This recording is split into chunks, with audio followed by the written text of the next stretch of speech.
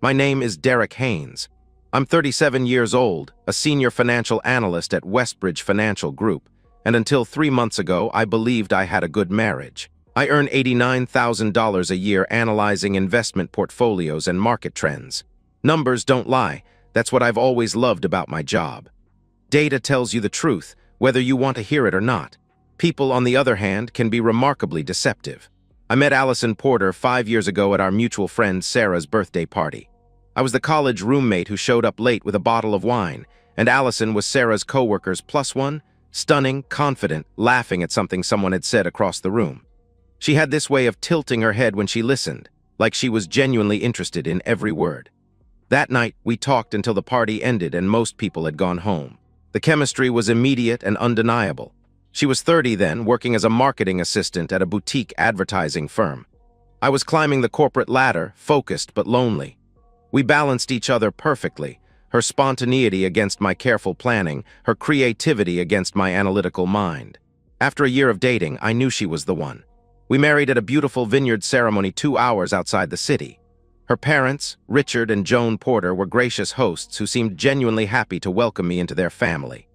The wedding photos still sit on our mantle, Allison in her flowing white dress, me in my navy suit, both of us grinning like we'd won the lottery.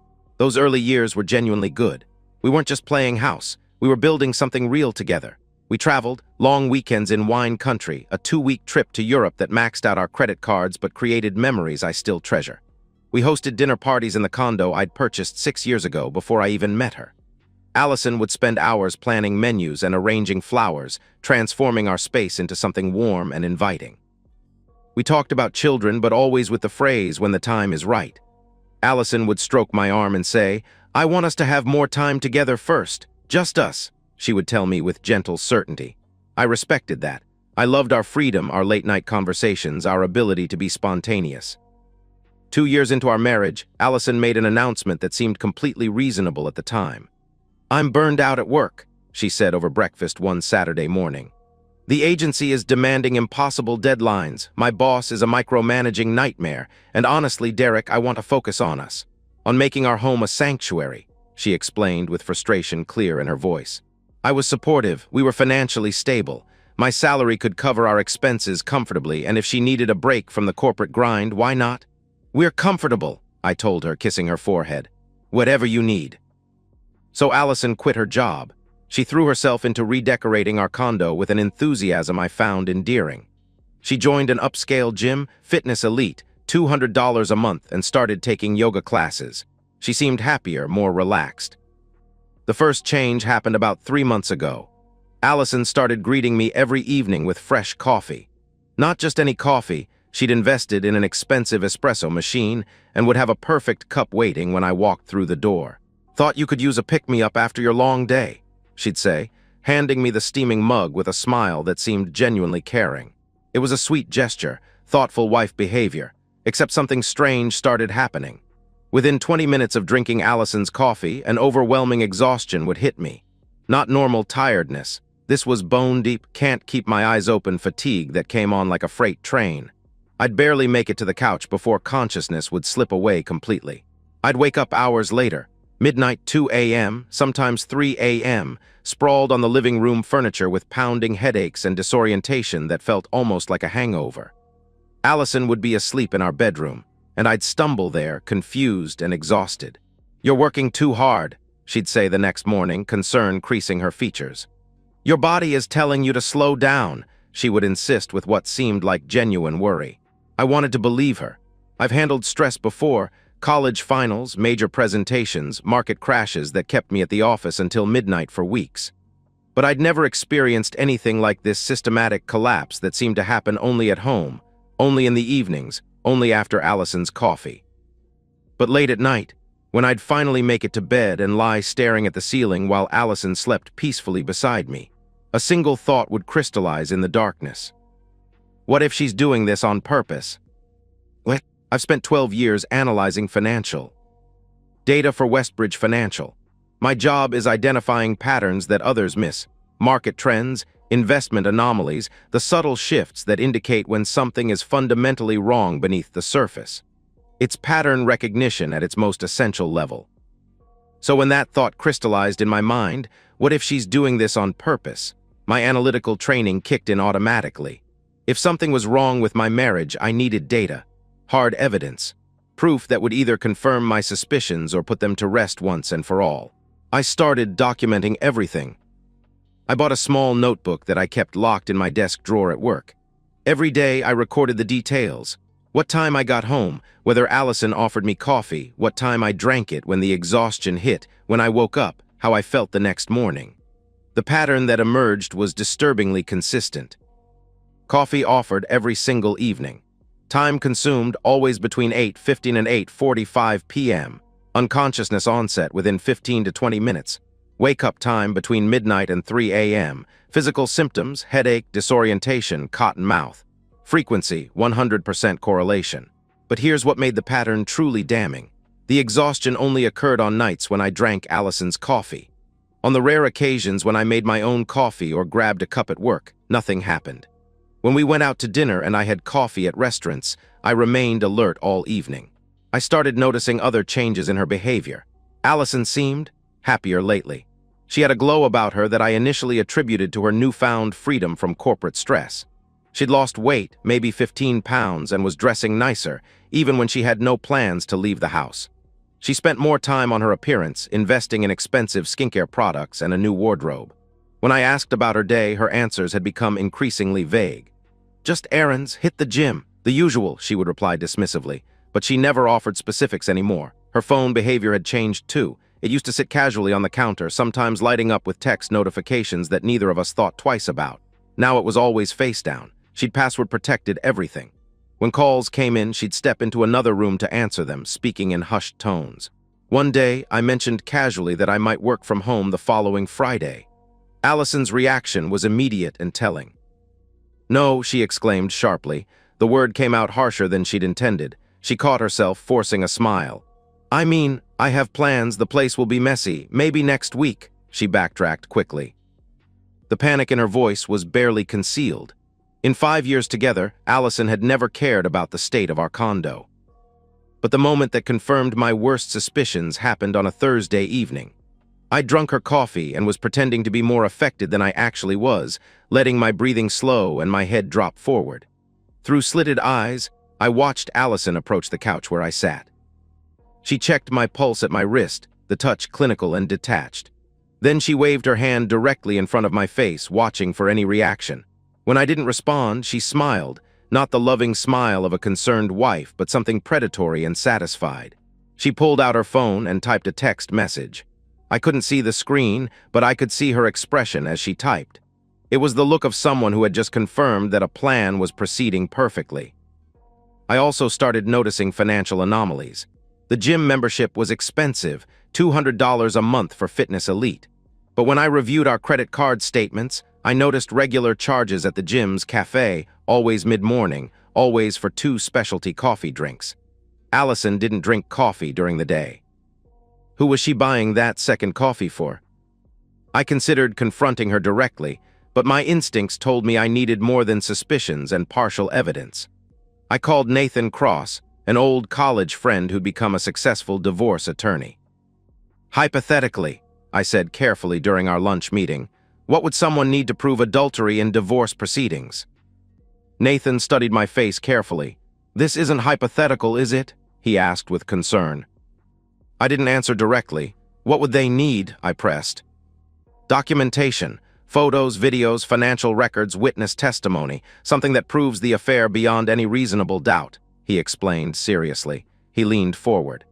"Derek, if you're going through this, you need to be smart about it. Document everything, but don't do anything stupid," he warned firmly. The final piece of the puzzle clicked when I glimpsed her phone screen as she set it on the counter. A text preview showed just enough to confirm what I'd been dreading. "Kyle flexed biceps. Can't wait for tonight, he out yet." Standing in the electronics S. Toward the next day, holding a package of wireless security cameras, the cashier asked, "Home security." "Something like that," I replied. But in my mind, I was thinking, I'm about to find out what my wife really does when I'm unconscious. What? Saturday morning arrived gray and overcast, matching my mood perfectly. Allison announced over breakfast that she was going shopping and would be gone for several hours. "I need to hit 3 different stores," she said, checking her phone. "That new boutique downtown, then the home goods place for throw pillows, and I want to stop by the farmer's market before it closes. Probably won't be back until 4 or 5, she explained casually. I nodded, making appropriate husband noises about her having fun and not spending too much. Inside, I felt nothing but cold determination. She was giving me exactly the window I needed. The moment her car pulled out of our parking garage, I retrieved the package of wireless security cameras from my office closet. 4 cameras total, small, motion-activated, streaming to a cloud account that only I could access. I'd done my research. These particular models were designed to be virtually invisible unless someone was specifically looking for them. I installed the first camera in the living room, positioned behind a decorative plant where it had a clear view of the couch and front door. The second went in the kitchen, tucked between cookbooks on a shelf that overlooked both the coffee station and the breakfast bar. The third camera I mounted in the hallway, disguised as part of a picture frame arrangement that would capture anyone moving between the living areas and the bedroom. The fourth camera was the most important. I installed it in our bedroom, hidden inside a charging dock on the dresser that had a direct line of sight to the bed. I tested each camera meticulously, checking angles, adjusting positions, ensuring the Wi-Fi connections were stable. The feeds came through crystal clear on my phone. Every inch of our condo's main living areas was now under surveillance. By the time Allison returned at 5:30, I was sitting on the couch reading financial reports as if I'd been there all afternoon. She kissed my cheek, chatted about her successful shopping expedition, and began preparing dinner. Everything seemed perfectly normal. That evening, Allison appeared beside the couch at exactly 8:30 with a steaming cup of coffee. Her smile was bright and loving. "Long day?" she asked sweetly, settling beside me as I took the mug. "The usual," I replied casually, drinking deeply. The coffee was perfectly prepared, rich, smooth, with just the right amount of cream. It would have been a lovely gesture from a wife who actually cared about my well-being. I sat back, turning on the television, letting myself sink into the couch cushions. Within 20 minutes, the familiar heavy-limbed exhaustion began to overtake me. My vision blurred at the edges. My hands felt disconnected from my arms. My head grew impossibly heavy. I passed out completely. I woke at 2:30 a.m., sprawled across the couch with a pounding headache and the taste of cotton in my mouth. Allison was asleep in our bedroom, breathing deeply and peacefully. With shaking hands, though whether from residual drug effects or anticipation, I couldn't tell, I pulled out my phone and opened the security app. The footage was waiting for me. 8:47 p.m., Derek drinks coffee, settles on couch with TV remote. 8:52 p.m., Derek's movements become sluggish, head nodding. 9:03 p.m., Derek's head drops forward. No movement for 30 seconds. He's unconscious. I fast-forwarded slightly. 9:15 p.m., Allison approaches the couch. She reaches for Derek's wrist, checking his pulse with practiced efficiency. She waves her hand directly in front of his face, watching for any reaction. When there is none, she smiles, a satisfied, predatory expression I've never seen before. 9:20 p.m., Allison pulls out her phone and sends a text message. She types quickly, then sits back to wait. 9:35 p.m., the front door opens. A man walks in without knocking, clearly expected. He's tall, muscular, mid-30s with dark hair and the confident stride of someone who belongs in gyms and fitness magazines. I recognize him immediately. Kyle Brennan, Allison's personal trainer from Fitness Elite. 9:37 p.m., Kyle and Allison embrace in our living room, their kiss passionate and familiar. This isn't a new relationship. They move together with the comfort of established lovers. Kyle glances down at my unconscious form and says something that makes Allison laugh. Even without audio, I can see the contempt in his expression, the way he looks at me like I'm pathetic debris in their path. 9:42 p.m. They walk toward our bedroom, Kyle's hand on Allison's lower back in a gesture of casual ownership. 9:45 p.m. The bedroom door closes. I fast-forward through the next 2 hours, my hands trembling with a rage so pure it feels like ice in my veins. At 11:05. 2 p.m., Kyle emerges from the bedroom, pulling on his clothes. Allison follows, wearing a silk robe I bought her for our anniversary. They kiss again at the front door, his hands tangling in her hair. 11:56 p.m., Kyle leaves. Allison watches him go, then locks the door behind him. 11:58 p.m., Allison climbs into our bed and goes to sleep, as peaceful as if she'd spent the evening reading. I watched the entire sequence 3 times. Each viewing intensifies my fury, but also my resolve. My wife had drugged me unconscious. She'd brought her lover into our home, our bedroom, our bed, and they'd laughed at my unconscious body lying mere feet away. But I don't confront her. Not yet. I need more than video evidence. I need proof that will hold up in court, evidence so overwhelming that no lawyer could create reasonable doubt. The next morning, I act completely normal. I kiss Allison goodbye, tell her I love her, head to work as if nothing has changed. But inside, I'm calculating, planning, building an unshakable case. That evening, she brings me coffee again. This time, before the drug takes full effect, I manage to save half the mug's contents in a sealed container while Allison is in the shower. I document the chain of custody with photographs, date stamps, and detailed notes about the collection process. 3 days later, I send the sample to Mitchell Forensics, a private lab that Nathan had recommended for divorce cases requiring toxicology evidence. The results arrive via encrypted email. Zolpidem, Ambien, 20 mg concentration, enough to render an average adult unconscious for 4 to 6 hours. The report notes that this dosage level indicates intentional administration rather than accidental contamination. Intentional criminal. I call Nathan immediately. I need to see you, emergency, I tell him urgently. In Nathan's downtown office, I present everything. The security footage on my phone, the forensic report, the financial records showing Allison's gym expenses, and the mysterious double coffee purchases. Nathan's expression grows progressively harder as he reviews each piece of evidence. Jesus Christ, Derek, he says, leaning back in his chair, processing what he's seen. This isn't just adultery, this is assault, possibly attempted poisoning. With this evidence, the district attorney could press criminal charges that would stick, he explains gravely. What are my options? I ask. My voice is steady, but Nathan can hear the steel underneath. Divorce-wise, this is a slam dunk.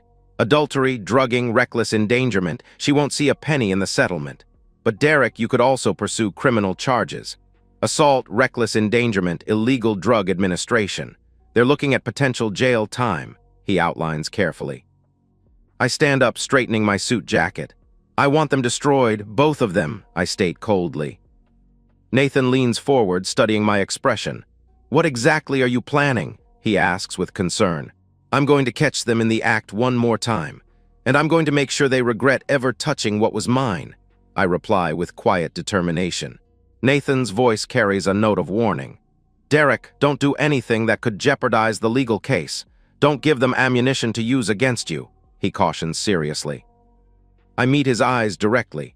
2 nights from now this ends. Make sure the police are ready for my call, I tell him firmly.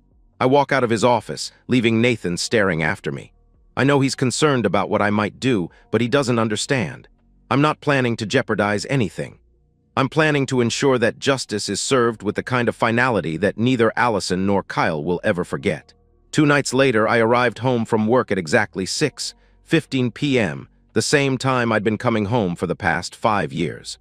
My hands were steady as I turned the key in the lock, but underneath my calm exterior, every nerve was alive with anticipation. Allison greeted me at the door with her practiced smile, wearing a black dress I'd never seen before that hugged her newly toned figure. She'd spent extra time on her hair and makeup today, I noticed. She was preparing for her performance. Rough day? She asked sweetly, taking my briefcase and setting it by the door. The usual quarterly reports, I replied evenly, loosening my tie. Nothing I couldn't handle. She disappeared into the kitchen, and I could hear the familiar sounds of the espresso machine grinding and brewing. 5 minutes later, she appeared beside the couch with a steaming mug, her smile warm and concerned. Thought you could use a pick-me-up after your long day, she said lovingly. I took the mug with both hands, letting my fingers brush against hers in the gesture of a loving husband. The coffee was perfectly prepared, as always. Steam rose from the surface, carrying the rich aroma that had once been comforting and was now associated with violation and betrayal. I walked to the couch, TT led into my usual spot and turned on the television. When Allison turned away to tidy the kitchen, I poured every drop of the drugged coffee into the large potted fern beside the couch. The plant had been absorbing Allison's poison for days now. Its leaves were starting to yellow, but it would survive long enough to serve as evidence. I sat back, letting my breathing slow gradually, allowing my head to drop forward in stages. Weeks of watching my own unconsciousness on security footage had taught me exactly how the drug was supposed to affect me. Within 15 minutes, I heard Allison's footsteps approaching. I kept my breathing deep and regular as she reached for my wrist, checking my pulse with the clinical efficiency she'd developed over months of practice. She waved her hand in front of my face, waiting for any sign of consciousness. When I didn't react, she whispered a single word that chilled my blood. "Perfect." The satisfaction in her voice was unmistakable. This wasn't just about the affair. She enjoyed drugging me. She took pleasure in my unconsciousness, in the power it gave her over my life. She pulled out her phone and typed a message. I could hear her moving around the living room, probably tidying up, preparing our home for her lover's arrival. 10 minutes later, the front door opened.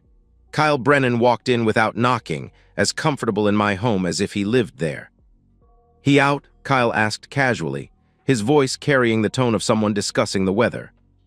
"Like a light," Allison responded confidently. "I used a little extra tonight. He won't wake up until 3 or 4, she added with satisfaction.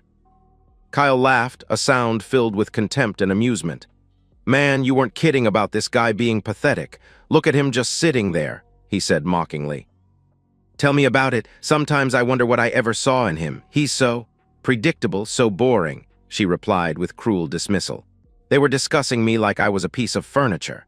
The disrespect, the casual cruelty, the complete absence of any recognition that I was a human being who had loved and trusted them both.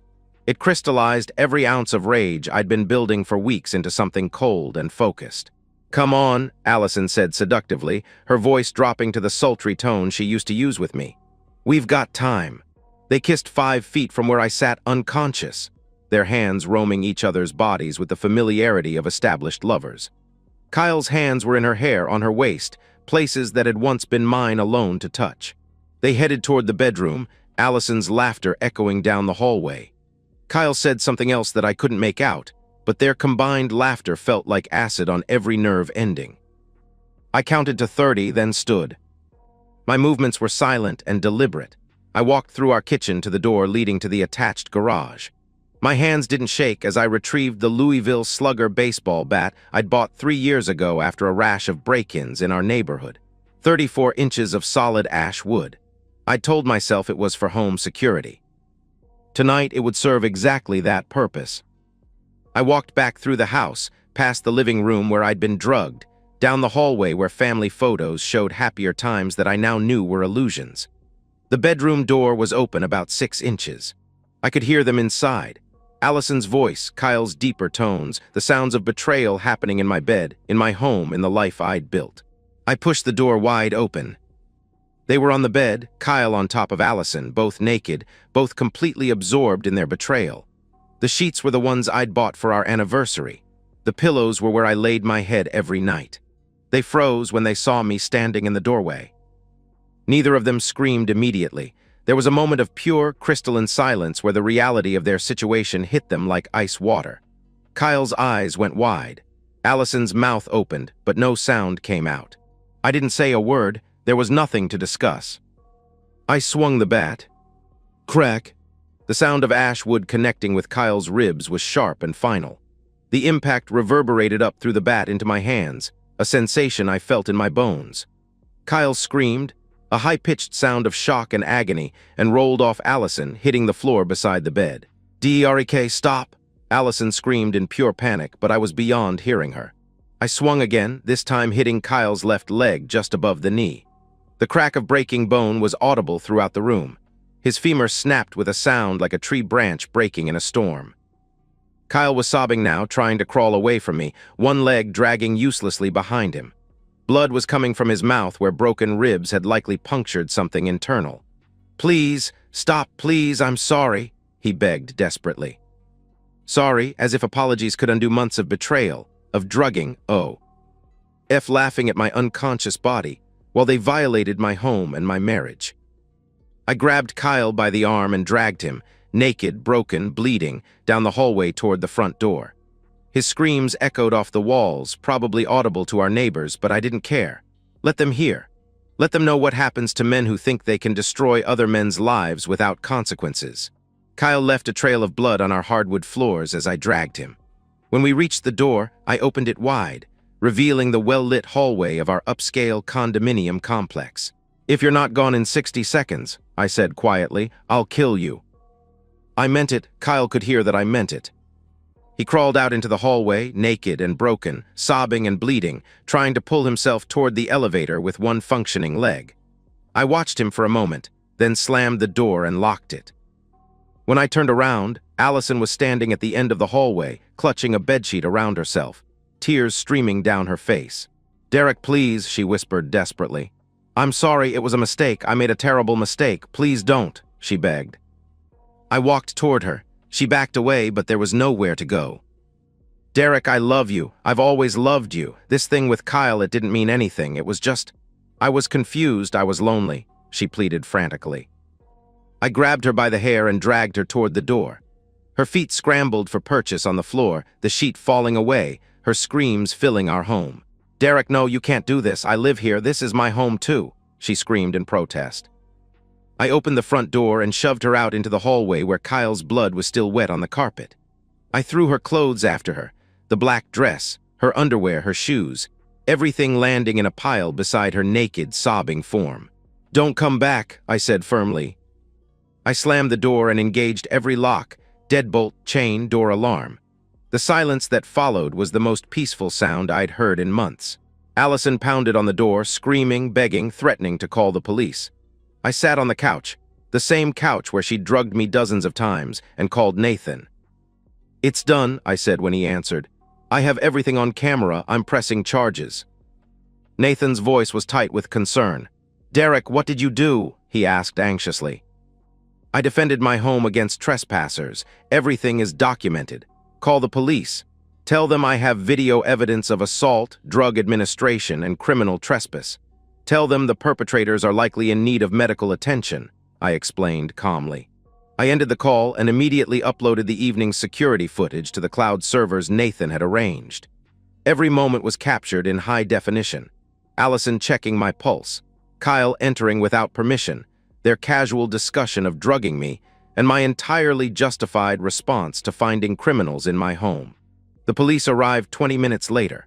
Allison had managed to get dressed by then, but Kyle was still in the hallway, naked and semi-conscious, leaving a spreading pool of blood on the expensive carpet our homeowners association would have to replace.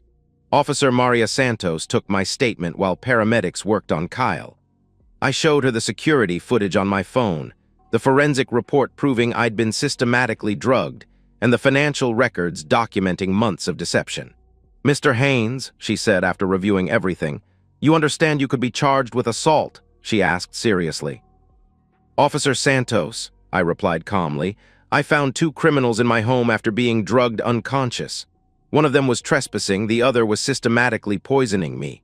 I defended myself and my property. Everything is documented," I explained matter-of-factly. She nodded slowly. "We'll need you to come to the station for a full statement," she informed me. "Of course, should I call my attorney?" I asked politely. "That would be advisable," she replied professionally. 2 days later, Allison was arrested at her parents' house. The charges were extensive: assault with intent to harm, reckless endangerment, illegal drug administration, and conspiracy to commit assault.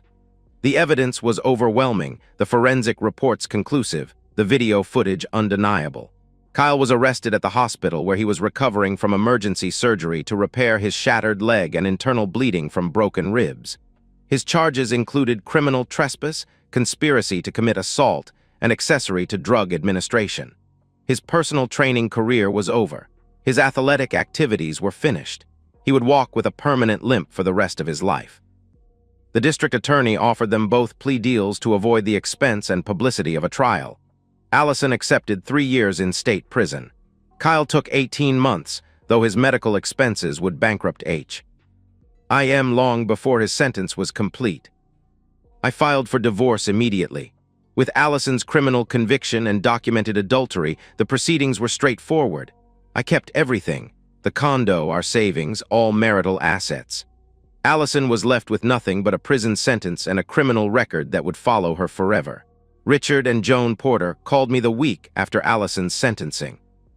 "Derek," Joan's voice was broken, aged by shame, "we're so sorry. We had no idea what she was capable of. We've cut her off completely. She's not welcome in our home," she said with deep regret. I appreciated the gesture but felt nothing toward them. They were collateral damage in their daughter's destruction, but they weren't my concern anymore. As I watched Allison being led away in handcuffs, she looked back at me one last time. There was no apology in her eyes, just shock that she got caught. I felt nothing but satisfaction. 2 months after Allison's conviction, I sold the condo. Too many bad memories lived in those walls: the couch where I'd been drugged, the bedroom where I'd been betrayed. I bought a small house in a quiet suburb 30 minutes away. Fresh start, clean slate. I began therapy. Dr. Alexander Hall helped me process the trauma, not just the betrayal, but the violence of my response. I didn't regret what I did, but I acknowledged it changed me. I was harder now, more guarded, less willing to trust. I reconnected with old friends I'd neglected during my marriage. They were supportive, if somewhat shocked by the story. Most said I did what I had to do. A few suggested I went too far. I didn't care about their opinions. I started dating again, carefully, slowly. I was upfront about my past. Some women were scared off. Others found my honesty refreshing. I took my time. There was no rush. Financially, I was thriving. The divorce settlement left me with everything. I invested wisely, continued working at Westbridge Financial. My boss knew the full story and had been supportive. I occasionally checked in on Allison and Kyle through public records. Allison was serving her sentence at a women's correctional facility. No early release likely. Kyle tried suing me for the injuries, but dropped the case when my attorney reminded him that he was trespassing and committing a crime at the time. Kyle now worked at a supplement store, his training career destroyed by both his injuries and his criminal record. I felt no guilt, no remorse. They drugged me, violated my home, laughed at my unconscious body. They earned every consequence they received. In my final reflection, I address you directly. I'm 39, divorced and free. Some people say I went too far, that I should have just called the police. But those people weren't drugged. They weren't betrayed in their own bed. They don't get to judge. My advice is simple. If someone betrays you, document everything. Protect yourself legally, and make sure they face consequences. Justice isn't always gentle. Sometimes it's delivered with a steel baseball bat, but it's necessary. I'm at peace now, building a new life on my own terms. The foundation is solid this time because it's built on truth, not lies. Trust is the foundation of marriage, but when that trust is poisoned, sometimes you need to burn everything down and start over. I did, and I've never looked back.